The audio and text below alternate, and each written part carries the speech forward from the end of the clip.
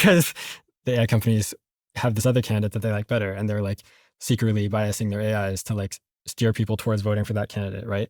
So we want to be in a situation where people have AIs that are actually trustworthy and that are truth-seeking AIs, honest AIs, and that don't have any sort of like political agendas put into them by the AI companies or by the government. You know, you want to avoid a situation where the AI company, where the government has issued some sort of secret order that like the AIs have to be such and such a way.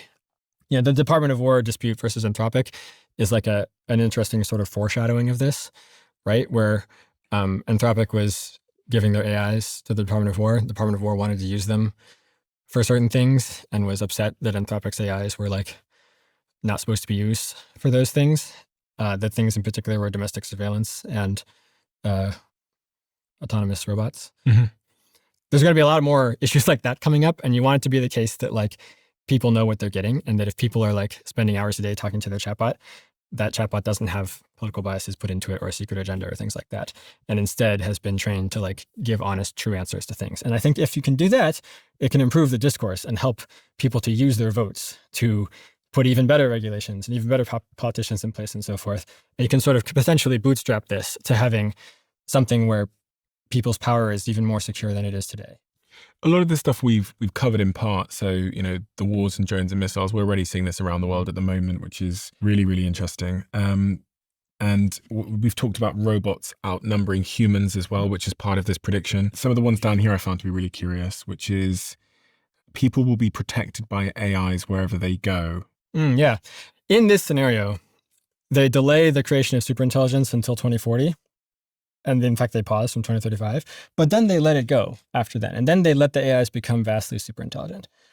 And we think that once the AIs are vastly superintelligent, the world will transform even more radically than what happens in the 2030s in this scenario. So in the 2030s in this scenario, it's more like human level. You know, the AIs are not, they're doing the same sorts of things that human experts would have done. They're just doing it a bit better, a bit faster, and a lot cheaper. And there's a lot more of them. And the robots are still, you know, doing the same sorts of things that human workers would have done. There's just more of them and they're cheaper. And because of exponential growth, you start with a world that looks not that different from today in 2029.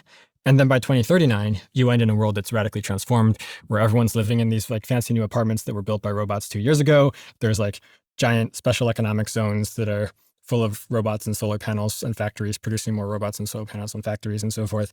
Most of the economy is AIs and robots, and people don't have jobs anymore. That sort of transformation is what you get if you pause at human level.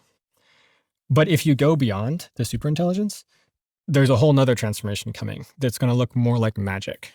Think about how the technology of today would look like magic to someone from 500 years ago, you know?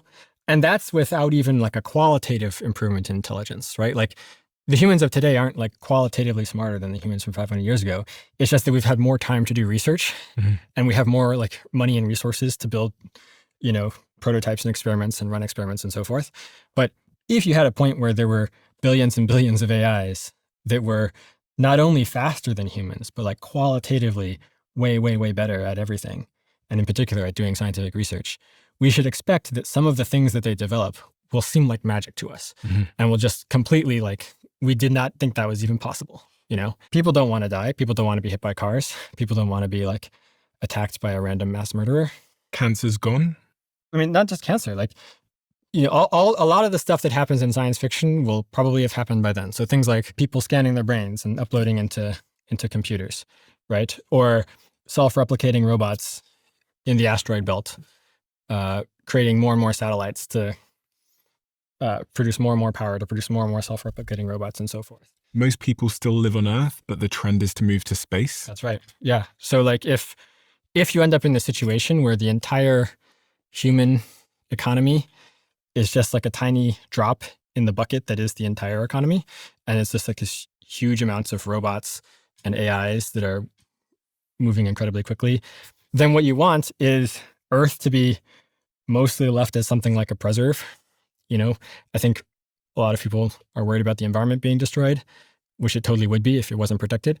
And, you know, there's a lot of people who sort of like their lives as it is and don't want to be uploaded or live in some crazy new future thing. And it seems to us like the reasonable solution to these issues is create new living spaces off the planet with some of that vast economic wealth and activity that's happening for the people who want that sort of thing. And then that way the Earth can be preserved. Picture here of data centers in the ocean. Yeah. I mean, there's 3 images there of different environments where humans might live. Again, like our proposal was you preserve like 99% of the Earth, mostly as historic or environmental reasons. But then like some parts of it you designate as special economic zones where the robots can go crazy and dig giant pit mines and produce factories and so forth.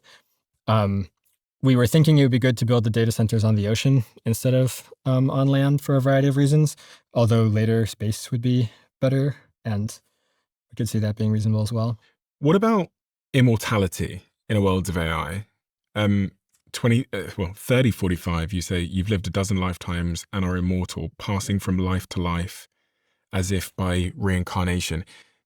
I mean, there's a lot of billionaires at the moment that are focused on longevity. I mean, Brian Johnson's said he's got this central rule, which is do not die right now. Yeah. Because we're in the age of AI, and it's conceivable that with superintelligence, we'll be able to choose when we die.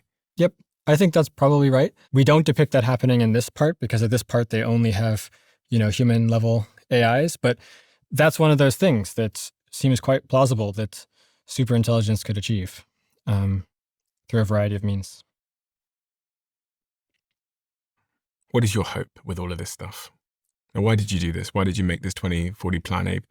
In the first week after we published AI 2027, it blew up a lot bigger than we expected, by the way. Like after we published AI 2027, it blew up a lot bigger than we expected, by the way. Like we actually made forecasts beforehand of like how many views it would get and stuff like that. And it was like 90th percentile outcome. So like very much not what we expected. But in like the Twitter storm that happened, various people were like, why are you giving us all this like doom and gloom predictions? Like, how about a more positive vision of like what you think we should do instead? And I think that seed sort of like implanted in us. And then we were like, yeah, that's reasonable. Like we've sort of depicted what we think the default path looks like and why we think it's pretty scary. Now maybe we should switch tacks and come up with some actual recommendations and then depict that as well. Even though you don't believe they're probable. Yeah, I mean, you can vote for a political candidate even if you aren't confident that they're going to win, And you can say like, here's what I think we should do, even if you think that people are probably not going to do it. You shouldn't say this if you think it's completely unlikely. Like if you think there's no chance, then like maybe you shouldn't bother. But we think there's a chance. Like in particular, for the reasons that we describe in the scenario, we think that people are going to wake up to the power of AI over the next few years. Because of something happens? The companies are saying that they're going to do this. Mm-hmm.